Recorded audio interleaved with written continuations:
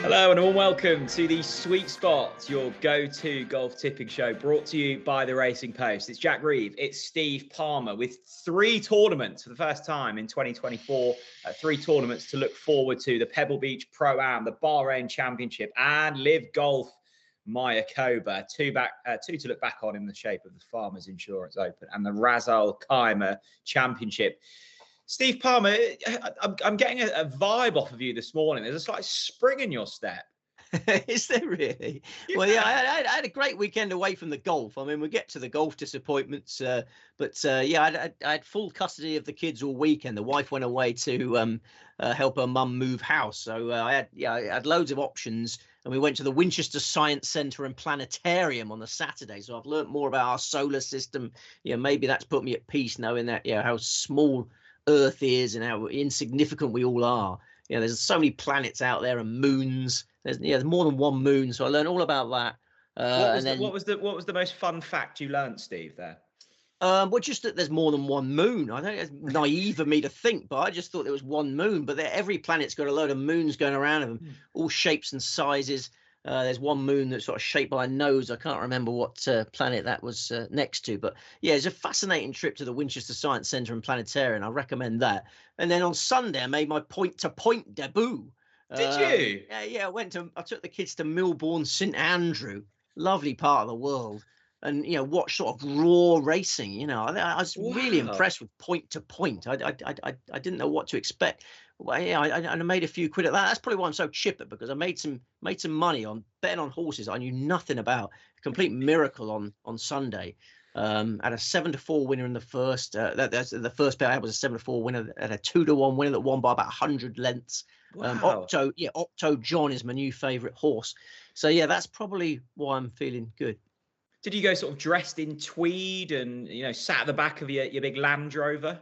My dress was a problem, actually. No, I don't own any tweed, and wearing my shiny white trainers was a horrendous error. I dressed my daughter in her best trainers, which are pristine white as well. And then I got there, and I just thought, what was I thinking? Yeah, the lack of preparation. So all of our shoes were ruined. But we could buy some new shoes thanks to Octo John, which is the fastest horse in the world. If any horse racing fans watching this Racing Post broadcast, keep an eye on Octo John. I think he's going to go places.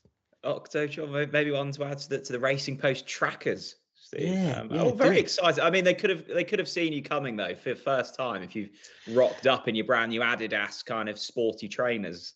Yeah, I think that the stakes they seemed surprised by my stake level early on. They weren't expecting that, but then they had the last laugh. I mean, I still ended leaving the place laughing, but I backed a 4-6 loser as my last bet.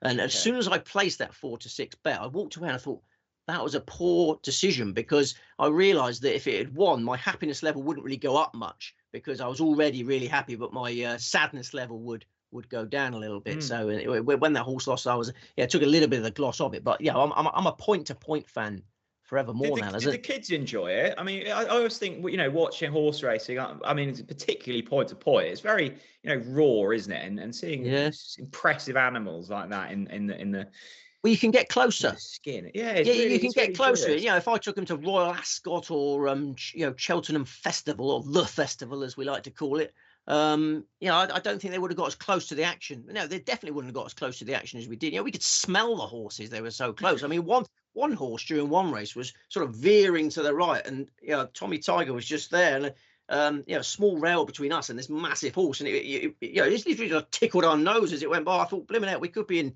trouble there. If that smashed through the fence, it probably would have killed my child, which would have really taken the gloss off the day. Would have done, Steve. Yeah, but that's how close you get to the action. It's you're just virtually riding the blimmin' horses. I can't wait to go back to point.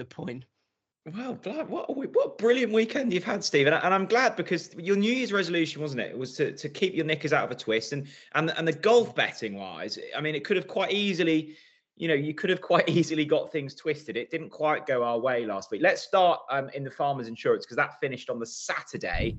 And we had our first ever French PGA Tour winner in the shape of Pavon. It was brilliant to see him get it done. It was. I mean, it was from a neutral's point of view, I guess. I mean, as a big Hoggard fan, I'll come to that. It was a bit of a bitter pill to swallow. But yeah, he's 125 to 1 winner. So another PGA Tour event going to a rag. 125 to 1. I'm surprised he was that short, to be honest. I mean, he's got no experience stateside, really. Course debut, but yeah, that's cut to the chase. That third shot on the 72nd hole, unbelievable. It's such a horrible lie. And we're saying, Steve, that it's saying that he completely went against all caddy advice as well. The caddy had said to lay up, make your par, and try and move on from there. And he said, no, this is mine to win. I mean, hats off to Pavon, or Pavone, as the stateside commentators were insisting on calling him for some reason. Pavone, pulled off a gutsy shot there, because there's the water in front of the green. I mean, that could have gone anywhere. I mean, I'm with the caddy. I think, you try and get into the playoff maybe, but to get it close enough to make birdie from there was remarkable. And especially just missed a tiddler on the 17th hole. He's missed a short putt on the 17th hole. It looks like he's imploding. And then that third shot, just was a hammer blow for Hoggard fans. I mean, the Hoggard fans, that's such a tough week. It was a week of agony. Did you in play? Did you back the Hoggard double at any point? Well, I backed them both in hearty singles. Obviously, pre-tournament Rasmus, and in running before the final round Nikolai. I mean, Nikolai finished alone in second place. He's gone 4-9 when Pavon's hacking his way up the 72nd hole. Hoggard's strong favourite, because he's hit an amazing drive to set up a pretty straightforward birdie for him. It looked like a playoff at worst for Hoggard, didn't it? And then Pavon, he's conjured the up and down of the season from the rough there. I feel for the Hoggard twins. I think it's probably the most traumatic day the Hoggard twins have had since they emerged from Mrs. Hoggard's womb 22 years ago. I mean, they were crying they were crying 22 years ago when they were born, and I think they were probably all crying at the weekend, because there was two great opportunities went begging there. And as I say, for me personally, it was a hammer blow, because I love the Hoggard twins. I mean, lessons learned, I'm sure, Steve. In terms of the Ras al Khaimah, won by Olesen, who's got quite the record really now. Was it his 8th or his 9th victory? Eight. Yes, eight. It's 8. Yeah. I mean, and did you watch the putting performance?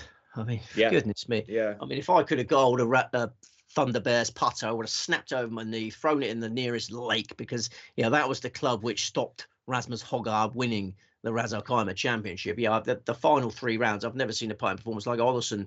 Was just in the zone on the greens. Yeah. It did not matter where he was on the green. You fancied him to hole it. And on Sunday, Hoggard's got odds on for the tournament. This is the Hoggard, Mrs. Hoggard, holding her head in despair, because both of her sons have gone odds on to win their respective tournaments during the final round, and neither of them have won. I mean, Hoggard got level. He started Sunday 4 shots behind. Yeah. He's level through 7 holes, Jack. So he's destroyed. Who do you fancy to win from there? I mean, Mr. Hoggard, yeah. Mr. Hoggard's odds on. I'm watching that before my trip to the point-to-point. I think I'm taking a wheelbarrow full of readies to the point-to-point betting ring with my Rasmus winnings. I'm dancing around the lounge, and then the 8th hole was such a showstopper, wasn't it? The 8th hole, Rasmus hit 3 terrible shots in a row: slice drive, shanky second shot, poor bunker shot, made a 6. And then Thunder Bear makes an eagle. 3-shot swing on 1 hole, completely changed the complexion of the golf tournament. You could see all the pressure lift off Thunder Bear's shoulders, and he cruised home from there. So I mean, if you hadn't have watched the final round, you'd seen Olesen start 4 clear. He wins it by 6. You just assume that he's had a really easy day of it, but it wasn't. I mean, it just wasn't the case, was it? Yeah. No, I wish I had. I wish I just slept through that. But no, at least we got Kaita Nakajima in the places, Jack. Yes. As well. So we got 2 in the places. I mean, you got to be grateful for small mercies at the moment, the way this PGA Tour season's going. But Rasmus finished 2nd, Kaita Nakajima finished 4th. We've got a real player on our hands there. We'll talk more about our Japanese friend later. Absolutely. Well, we're certainly knocking on the door, Steve. As you say, PGA Tour's had a really funky start to the season and a couple of Yeah. places so far. So let's move on to this week's tournament, shall we? We've got 3 to go at, and I know this always excites you hugely. We've got the return of LIV Golf, and I'm sure we'll talk about their newest signing later on in the show. Shall we start with the Bahrain Championship, Steve? Yes, Palmer? yes. Chronological order is always to be welcomed. Okay. We haven't been in Bahrain for a while, have we? It's No, sir. No, sir. I've never been. How long has it been? I've never been to Bahrain, but 2011 DP World Tour. 2011, yeah. Okay, we're at the Royal Golf Club. Talk us through the layout.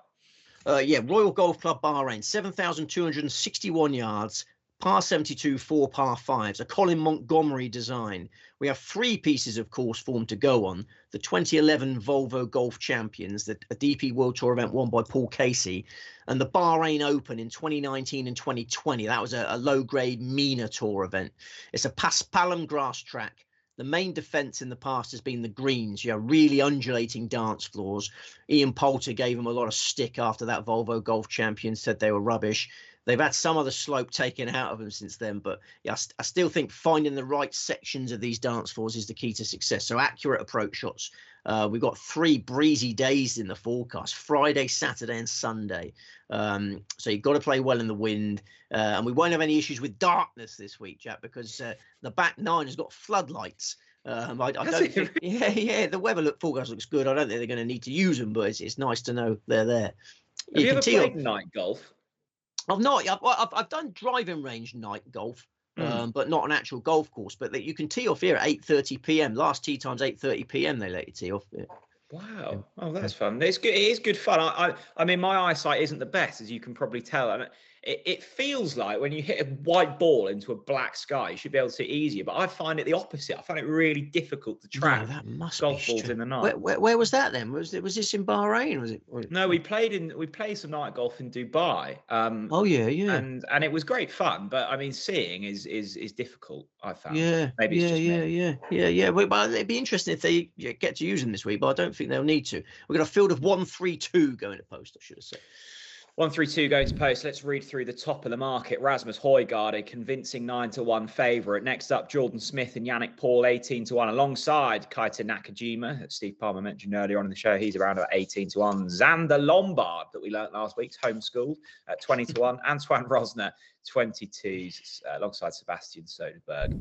Bigger the rest. Steve Palmer, how many selections for the Bahrain Championship?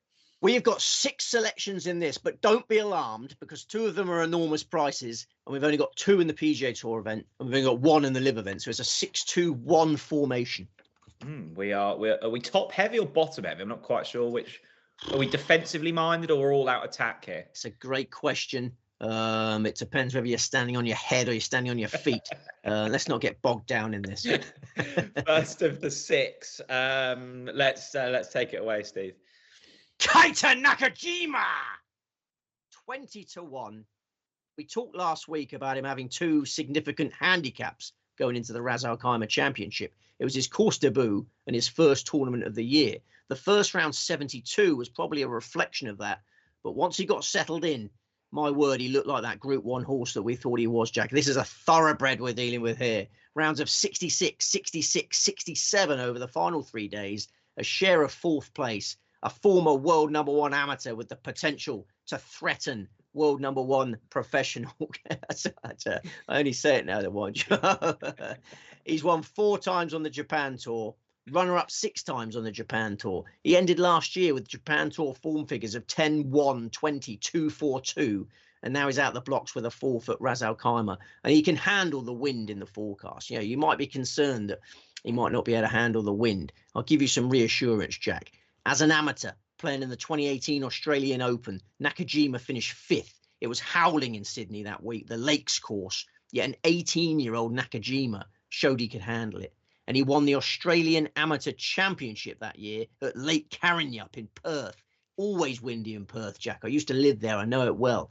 Always windy in Perth. He's proven he can handle the wind.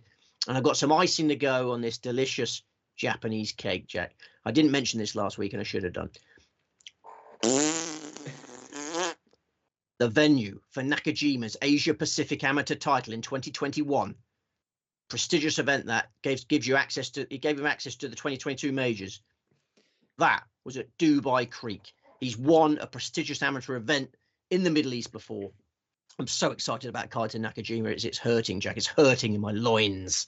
I must say, Steve, I mean, I love Nakajima too. If there was one thing in life at the moment I wasn't worried about, and there's lots of concerns in modern day life, it was how Nakajima handled the wind. That's one thing I wasn't concerned about. But thanks for putting me at peace anyway.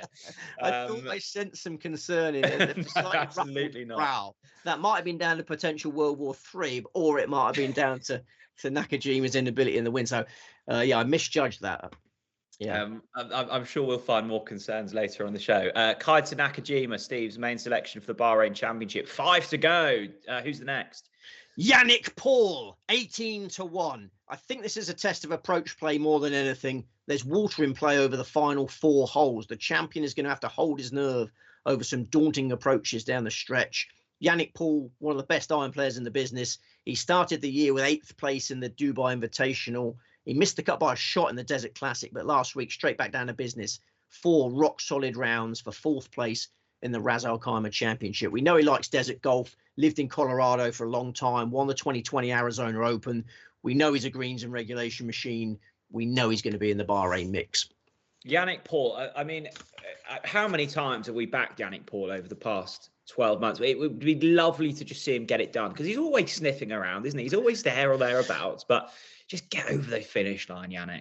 Well, that's it. Testing approaches, loads of wind. I want to be on great approach players, and yeah, Yannick is arguably the best in this field. Absolutely. Who's the next? Another brilliant approach player, Alex Fitzpatrick at 28-1. Brilliant iron player. We can rely on him peppering flag sticks this week, finding the right sections of those dance floors. He's earned a DP World Tour card. At the end of last season, he was runner-up in the ISPS Handed World Invitation in August, 5th in the European Masters. He won a Challenge Tour event in the summer. He's a fully established DP World Tour player now. He played well in Australia just before Christmas. He was 8th in the Australian Open, and he started this year just as brightly. 16th in the Dubai Desert Classic, 16th again last week in the Ras al Khaimah Championship. It seems only a matter of time before he wins a DP World Tour event. This looks a golden opportunity. I mean, last week we're talking about the Hogarth brothers. This could be the week we're talking about the Fitzpatrick brothers. You know, I've long held the view that Alex is as good as his brother. Yeah, I think he's going to show it over time, and he's really hitting his stride now. Which set of parents do you think will be put in the nicer care home, the Fitzpatricks or the Hoygards? Hopefully neither. I mean, my mother always says never put me in a care home. You know, she just doesn't want to go in a care home. She'd rather just, well, I don't know what she'd rather do, but yeah, I mean, these guys could go in the greatest care home in the world, couldn't they? Some of these care homes now, though, Steve, they look so impressive. There's one that's been built down the road. It's almost like a town. It's got a restaurant in there. It's got cafes. It's like a cruise ship for old people. It's incredible. I'm almost looking forward to getting into one of them. But yeah, you've probably got to pay top dollar to get in that one, though, haven't you? Yeah, I feel for the guys that have to go in the ones that look like prison cells. So I'm dragging the mood down. Enough about care homes. 3 to go, Steve, in Bahrain. Who's next? Harrison Endicott. Let's bring the mood back up with Harrison Endicott, who is available at 60-1. Who won? He won the PGA Tour qualifying score. You might think that doesn't exist anymore, but it's back. The PGA Tour qualifying. Oh God, I've run out of speaking ability. It's the pressure of having 3 tournaments, knowing it's all got to be quick. You've broke out of the trap so quick, Steve. I mean, maybe let's pace ourselves, because we have got 3 tournaments. I mean, the energy you're bringing is superb. If it goes over the hour, if it goes over the hour mark, let it go over the hour mark. People panic too much. Oh, yeah, people won't focus for an hour. They'll see it's an hour and they won't watch it. That's all nonsense, isn't it? If it's good, and they'll watch it. Right. He won the PGA Tour qualifying score, my friend. It was a 4-shot victory just before Christmas. You know, gutsy victory. Loses a card, gets it straight back. His new campaign started well with 39th place in the American Express. He missed the cut in the Farmers last week, but he wasn't expecting much. He said that course doesn't suit him. The fact he could pack his bags on a Thursday night, you know, Wednesday start, Thursday cut, means he's got plenty of time to freshen up, get to Bahrain. And I just think he'll love this assignment. He's typically excellent on approach, and he's great in the wind. You know, they're the two main attributes I'm looking for this week. He hasn't qualified for the Pebble Beach event, so he's looking for a DP World Tour victory, and I like his chances. And he's got that magic power we've been looking for, Jack, of being the reformed drinker. Chris Kirk and Grayson Murray, of course, reformed drinkers. They showed the power of sobriety this January by winning on the PGA Tour. Endicott is another one who's given up the demon drink. He said he was sick of feeling like crap. He said alcohol put him in a really bad place. He was a bit of a vino monster by all accounts. But he's been sober since the end of the summer. Says he feels $1 million. I think his career's going to go from strength to strength. There's certainly something in it. I mean, I've got 2 days left of dry January, and you do notice you wake up with far more clarity around things. Did you have a pint of Guinness at point to point? That was probably the drink of choice, wasn't it?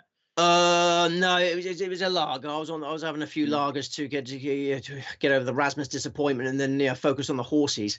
I know you've only got a couple of days to go. I hear so many positive stories like this, Jack. I've got a friend who runs a cafe, and as soon as he stopped drinking, his sales figures went through the roof in the cafe. He was so focused on the business, getting the menus right, getting the food better, and he says it's transformed his business. He was struggling financially, and now he's absolutely loaded through quitting the booze and having a sharper mind to attack his business practice.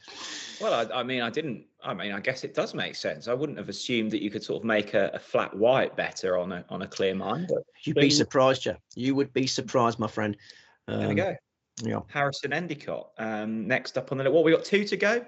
Yeah, here come the big prices, the whoppers. Okay. And the first whopper is Hugo Cussaud.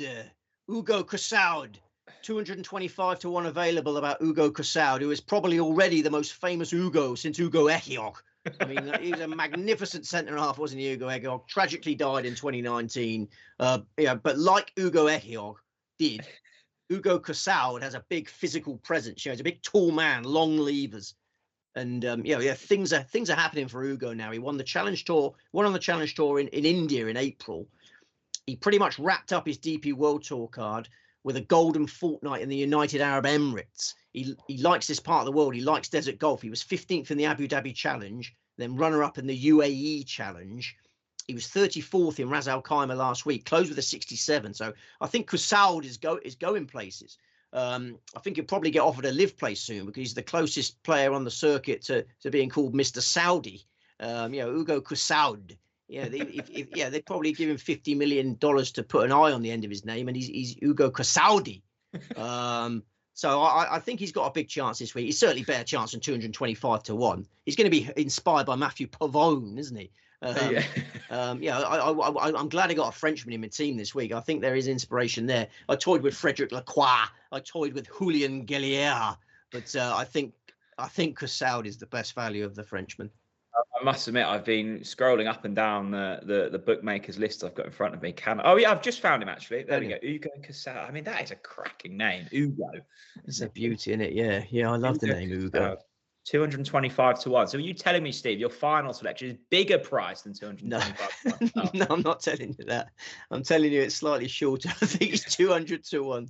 He's 200 to 1. It's Matthew Baldwin, who is exceptional in the wind. Brilliant at controlling his ball in the breeze. We've got 3 windy days in Bahrain. Baldwin won the SDC Championship in windy conditions, in making his DP World Tour breakthrough in March last year as a 7-shot victory. He relished the conditions. He's a Southport man, cut his teeth at Royal Birkdale. A windy Bahrain this week is a walk in the park to compared to a windy Royal Birkdale. He won on the Challenge Tour in 2011. And he's got competitive course experience of this week's track from that those Minotaur events. Remember I was talking about them? There's 2 players that caught my eye in the Minotaur results. Baldwin, who was 21st in the 2019 Bahrain Open at Royal Golf Club, and Joshua Grenville Wood, who was 2nd in the 2019 event when he was ranked outside the world's top 2,000. Grenville Wood's getting his act together a bit now. He's a local lad. He's a UAE. He represents the UAE. And he played well last week, but he's a real slugger. He's got so much swing speed. I think he might come unstuck in the wind this week. If it wasn't breezy, I'd probably chance him. But Baldwin, a much more controlled operator. He's been narrowly missing cuts, but I think this week he'll make an impact. Great stuff, Steve. I mean, the one concern, I mean, you've picked out some names there out of the blue that I wasn't expecting. I'm concerned, though, because we haven't had any updates on sort of the personal lives of these players. And usually you provide some form of update on, Laurie Cantor's kitchen fitting or something. Well, I can tell you Joshua Grenville Wood has got ADHD. Yeah. I was so close to chancing this week because he's a big price. He played well last week. He's got a good record in all these events in this part of the world. And he says the ADHD helps him. It makes him obsess over practice. And he sees it as a massive positive to his golf game. And I really like his swing. But I don't think he's got a second gear. I think it's all full throttle with him. And in 3 windy days, it was enough to put me off. Whereas Baldwin, you can rely on Baldwin to find fairways, and he relished these conditions. So they're my 6. And Rasmus. If you want to talk about Rasmus. Yeah, I was going to say. I mean, Rasmus, and I know you've spoken about why you usually avoid Jordan Smith before, but after the recent performances of Højgaard, I didn't know whether you'd be mixing at the prices. Well, he's 9-1 now, Rasmus. Obvious chance. Been putting superbly, but he's hit some wild drives like that one I mentioned at the 8th hole on Sunday. Windy week. It's going to require real discipline at times this week. He was 1 over par for the final 11 holes on Sunday. Closed with a miserable bogey 6. It's just such a disappointing weekend for the Højgaard family. I just wonder whether Rasmus can lift himself for this week. It's his 4th consecutive week of competition. Obvious chance, but prefer mine at the prices. Okay, great stuff, Steve. Thanks very much. We'll recap those later on in the show if you haven't jotted those down. Let's move over to the PGA Tour. We've mentioned there's been 4 big price winners so far. It's the Pebble Beach Pro-Am this week. It's a really strong field, so maybe we might be seeing a slightly shorter price winner. We should know what this is all about, Steve, but talk us through the layout anyway. Well, we're at Pebble Beach Golf Links and Spyglass Hill Golf Club, both in Pebble Beach, California.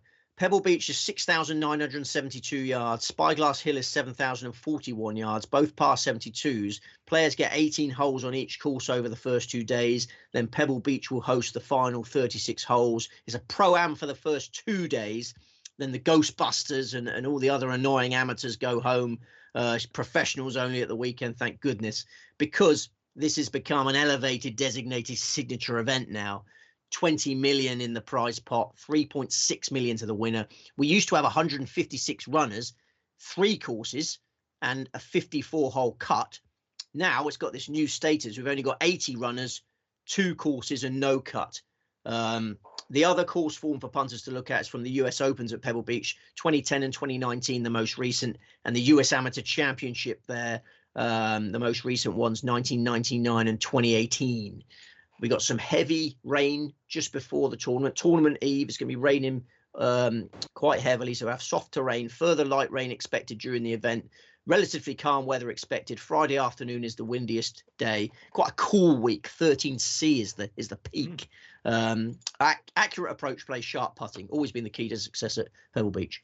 Okay, Steve, thanks very much. Let's take a look through the top of the market. Joint favourites in the shape of Scotty Scheffler, Rory McIlroy 8-1, Victor Hovland 12s, Xander Schauffele 14-1, Jordan Spieth 18-1, Max Homa the same price, Patrick Cantlay 20s.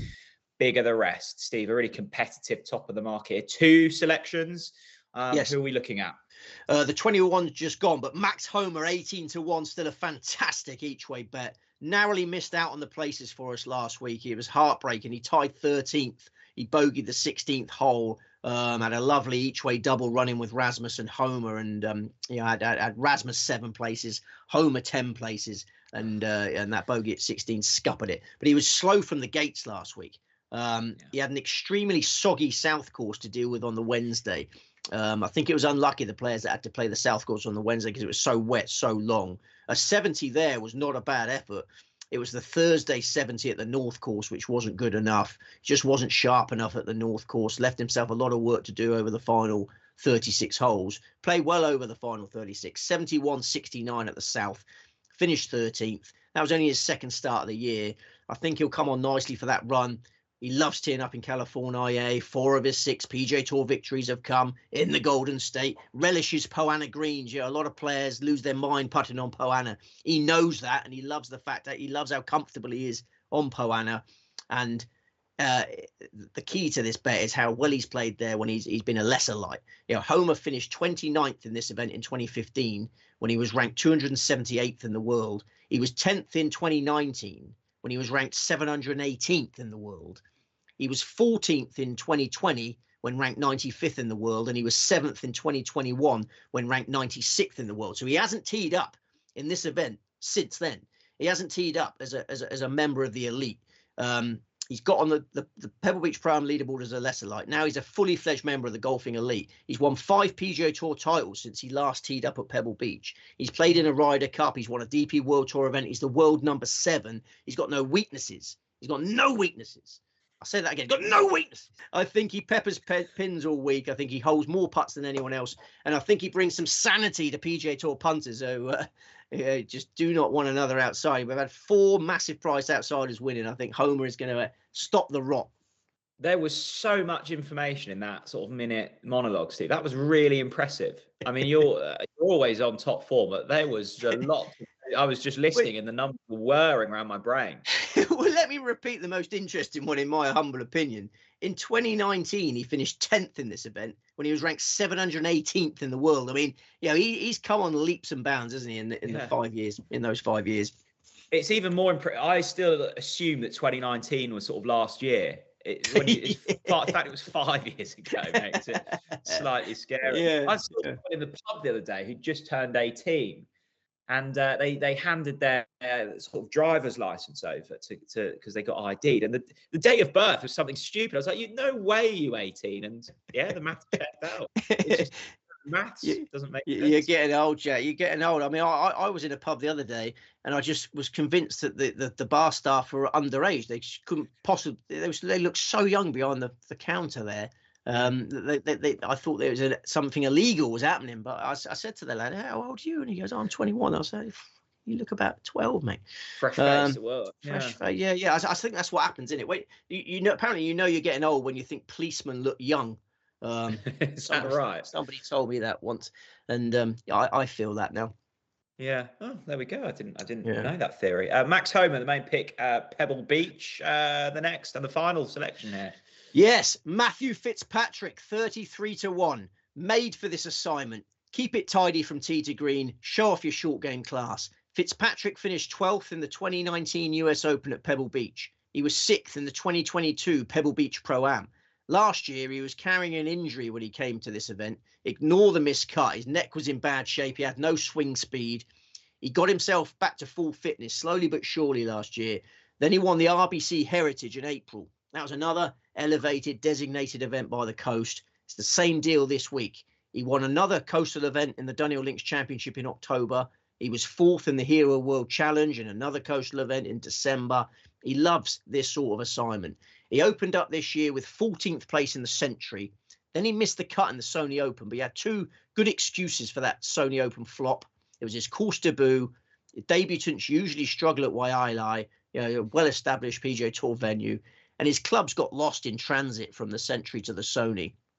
That happens. I always see pros moaning about clubs going missing. Yeah. And I'm like, this should not be happening. If you're a pro with all that money, just ship it in a different method. Yeah, you're right. I mean, he was fuming with Hawaiian Airlines. He was venting his spleen to Hawaiian Airlines on the Twitter sphere. So I think he had excuses for the Sony miscut. I think he's a surefire Pebble Beach contender. So, yeah, I'm really happy with my 2-pronged attack. I don't like the market leaders. No, I like the look of that as well. The other thing and it makes sense really, but I'd never really thought about it, that darts players can't carry their darts in hand luggage because they're deemed weapons.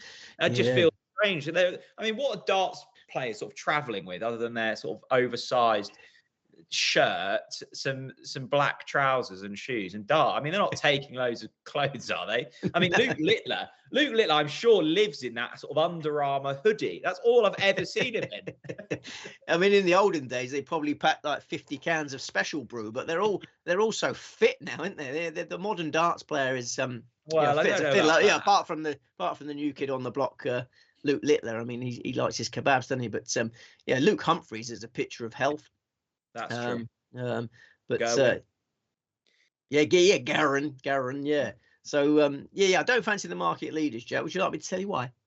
I would. Sorry, I went on to Luke waste. No. We always do this. I love talking about darts. So Scotty Scheffler, Rory McIlroy, Victor Hovland. I mean, plenty. Certainly, 8-1 Rory McIlroy in good form. I'm sure that will appeal to many. Yes, it will appeal to many, but he missed the cut in the 2010 US Open at Pebble. He missed the cut in his only Pebble Beach Pro-Am appearance in 2018. He was 9th in the 2019 US Open at Pebble, but I don't think this course plays to his strengths. It's not a driver's course. I mean, most drives end up in the same section of fairways. There's no way of overpowering Pebble Beach with your driving ability. Drive is the best club in Rory's bag, and particularly in the Pro-Am when the weaker setup, because we've got the Ghostbusters and the amateurs for 2 days, so they can't make it too penal. And he wouldn't be playing this if it wasn't an elevated designated senior event. This is not on Rory's schedule normally. He's obliged to be here, and it's the same deal with Scotty Scheffler. McIlroy's 8-1 best price. Scheffler's 8-1 best price. I got no interest in either of them. Scheffler's making his tournament debut. He missed the cut in the 2019 US Open at Pebble Beach, his only visit to this track competitively. I think those two, very easy to ignore. They just wouldn't be here but for the status of the event. I don't expect them to win. They're so consistent that they're probably finishing the top 10, but I don't expect them to win. The tempting one, Jack, as you alluded to there, was Victor Hovland. I mean, he's 12-1, so he's 12-1, bigger price than the other two, and his Pebble Beach record is amazing. He won the 2018 US Amateur at Pebble Beach. He didn't just win the event, absolutely destroyed. He humiliated some of his opponents that week. And that was played over Pebble Beach and Spyglass Hill, that 2018 US Amateur. He played well on both courses. But there's some strange things happening with Hovland, Joe. I don't know if you've been following. I mean, strange things are there? I don't know. Some strange things happening. Do you remember how we were disappointed at the end of last year how he started the Hero World Challenge, and he didn't give a media conference, and it was all very odd. The star attraction going for the three-peat didn't give a media conference. That was a bit odd. But then subsequently discovered that he's just axed his coach. He's switched coaches. So he's had the season of his life. He's won the FedEx Cup, and then he's axed his coach, and he's recruited a new coach, Grant Waite. Mr. Mayo has been banished. His previous coach was Joseph Mayo. He's gone. Grant Waite's in. So why would you switch coaches after the season he's had? And then he had a really lackluster effort at the Century on his reappearance, finished 22nd in the Century, and hasn't played since. Completely absent from the tour since the Century. One of the only elite players that's not been around, and obviously that's fueled the LIV rumours. The LIV rumour mill, the LIV rumour mill's in overdrive about Victor Hovland. People are assuming he's going to LIV. It's a strange things happening were enough to put me off. His course credentials are superb, but I don't know what's going on with him mentally. He might not be mentally in the right place. Okay. The last I saw of Victor Hovland, not personally, I mean, I don't know Victor Hovland, but I saw a TikTok of him doing the most ridiculous sort of leg workout routine. And I was sort of sat on the sofa eating some quavers, I think, going, cool, that looks difficult. I saw that one, I'll leave that to Victor. Yeah, I mean, some of the positions he was getting, I don't even think my body could do. No, I certainly couldn't. I can't walk at the moment. Did you notice the one he did with the medicine ball as well? Yeah. When he just lurching and lobbing the medicine ball down. I mean, why would you do that? How's that going to help you? That just looked like going to get injured, didn't it? I mean, I would get injured with one of them. He's doing loads of them, but I guess why can't you walk at the moment? Oh, well, yeah. That's still that injury from before Lapland. Do you remember? Yes. I got it's the connection between the leg and the abdomen. I don't really. Right. What is that muscle? Have you been to a physio? No, I haven't been to a physio. But the top of the leg connecting to the trunk, is that that's the bit that's gone. Something's twanged in there, okay. And it just the Lapland heavy boots in Lapland ripped it even more. I think it must be a torn ligament. Right. Okay. In the top of the leg there, so that's why I've been struggling with. It's a shame because I had my running boots on and I was flying when but I'm gone at the game now. But okay, well, maybe don't worry. Switch the running for a point-to-point viewing career. Yes. Right, one more tournament to preview, Steve, and it's LIV Golf. Yes, Mayakoba, first LIV event of the year. We are at El Camaleon. That's it. Just great, isn't it? El Camaleon. Talk That's us through it. the layout. Yeah, it's an old favourite, isn't it? Yeah, in Playa del Carmen, Mexico, 7,116 yards for this event, par 71, 3 par 5s. El Camaleon was a PGA Tour venue from 2007 through 2022. Tight, fiddly track, precision required. We've got a calm round 1, but we've got 2 breezy days thereafter. Sunny and warm, but testing. Accurate drivers typically prosper. And I'll just run you through the details. 6:15 p.m. start on Friday, shotgun start. And we've got 54 players going to post this week, Jack. Used to be 48 for LIV events. We got 54 because we got a new team. You must have been following this avidly. We've got a new team, or a new franchise, as they like to call it, Legion 13. Which is sounds like a fighter plane, doesn't it? Legion 13, captained by John Rahm, and Tyrrell Hatton, of course, has come in to sign for Legion 13. Were you surprised about that news? No, I'm sorry, I wasn't. I mean, it's 15. Was it 50 million or 60 million? Yeah, so it's a huge amount of money, and with this, with the way the landscape is now, surely at some stage everyone's going to come together. Maybe me being optimistic, I think this is the time to take the money. If you're gonna sign for LIV, sign now, because they're all going to come together anyway and sort this out, because the majors. I think I was reading, so Hatton got $60 million for signing on, and from his previous 122 starts, he'd made 22. Yeah. So he's made triple the money for just signing up to LIV. It just doesn't make any sense. No. It makes it very difficult for these guys to turn it down. But I mean, it's a really imbalanced team, Legion 13, because as far as I know, you got John Rahm and Tyrrell Hatton, Ryder Cup partners, world class players, and they're going to be joined in that team by Caleb Surratt and Kieran Vincent. So Caleb Surratt is this young amateur, 19-year-old, I think he is, who's a very promising amateur that's just signed. And Kieran Vincent qualified in that LIV promotions event, they called it, like their Q school. So he got one of the 3 cards. So you got 2 great players and 2. Well, this Surratt looks quite handy, but obviously young and experienced. So Legion 13 is a fascinating side. And then the plot thickens, Jack, and the plot thickens because you're probably thinking, I can see your little head whirring away there. You're probably thinking, how is it 54 players? Because there's 13 teams of 4 makes 52. Yeah. So hadn't done that maths, but yeah, it makes sense. We've got 54 players going to post, and I'm with you. I'm thinking this is very odd, but you've got 2 players that are just going to be invited to play in the individual competition. They're just playing as individuals. Who's that? Well, get this. Laurie Cantor, who I thought was fully focused. I thought he was fully focused on the DP World Tour. He was enjoying himself over in Dubai. He's got the phone call from LIV, and suddenly he's back over to Mexico. And no wonder he was a little bit distracted and massively underperformed in the last fortnight in the Middle East. Laurie Cantor and Hudson Swafford, according to my sources, are just going over to play in the individual event because they want 18 3 balls, you see. Then you can have 18. So you can have 18 3 balls. So they've generated this extra team to get John Rahm and Tyrrell Hatton.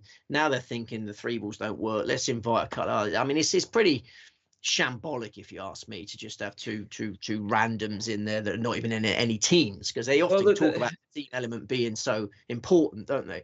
Yeah, well, the issue with all of this is if you want to create a fun and kind of exciting format, you need some consistency, don't you? And you're going into these events going, I wonder what they're going to do this week. I wonder who's playing this week. Yeah. It's very hard for a tipster as well, because I was up till midnight last night trying to get my head around who was playing in this golf tournament. I shouldn't have to work that hard to find out, should I? But So we got 54. So we have one tip. Okay, one tip. The overwhelming favourite, John Rahm, 19-4, Joaquim Niemann, 14s, alongside Hatton, DeChambeau, Cameron Smith, 16-1, DJ, 18-1, Taylor Gooch, same price. Bigger the rest. Steve, just the one. Who is it? It's Joaquim Niemann. Couple of firms out. I've seen 14-1. who I think will start the LIV season extremely strongly. He's determined to get his first LIV victory. It's surprising to both him and me that he hasn't got off the mark yet. And he kept himself really busy just before Christmas. He hasn't had much time off, Jack. A lot of these players coming back from huge breaks. Dustin Johnson has probably only just woken up from several months of partying. But Wackham has kept himself busy. He was 5th in the Australian PGA Championship in November. Then he won the Australian Open in December. Then he started 2024 with 4th place in the Dubai Desert Classic, which was a brilliant effort on his course debut. Niemann's in fantastic nick. He's got so much less rust than most of the field he's facing this week. And El Camaleon, perfect place. A breezy El Camaleon, don't forget, this week. 2 days of breeze. Perfect place for Niemann to show off his skill set. He's great in the wind. Really low ball flight, makes him a natural. The last time he played El Camaleon on the PGA Tour was in 2021, and he finished 5th.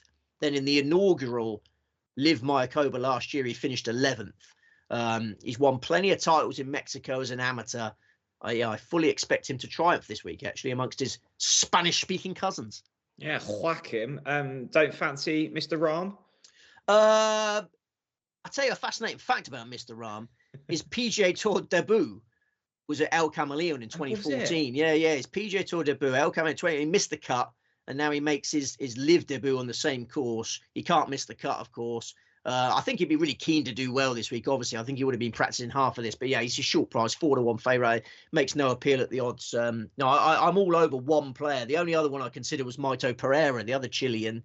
But I think Wackham Niemann, it looks the business this week. You could argue he's the best golf bet of the week. I know a lot of punters don't get involved in LIV because they don't think the players are trying. But I think Niemann's pretty angry he's not won one of these LIV events this week, and this looks made for him. I really like 14-1 Wackham Niemann.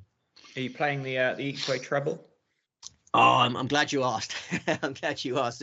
Of course I am. Unfortunately, home has just been cut. Before I came on air, it was 20-1, 20-1, 14-1. At 20s, 20s, and 14s, the treble is 6,614-1. That's Nakajima, Homer, and Niemann. So yeah, it'd be 18-1, 20-1, and 14-1 now. My math's not quite sharp enough to work that out without a calculator. But it's still... I couldn't work at 18-3, Steve, so I'm not going to try and work that out.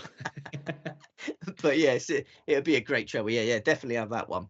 Great stuff, Steve. Well, that was a mammoth. I mean, you peaked last week with your weekend. I mean, what have you got in store for the rest of this week? Well, I think I take each day as it comes. I'm really looking forward to the start of the Premier League darts. Yeah, we seem to love talking about darts. Yeah. That starts on Thursday. I think Rob Cross, Guerin Price, and Michael Van Gerwen, if you put those three in a treble in their matches, they're quarter-final matches. I think that's a really solid treble that pays around 2-1.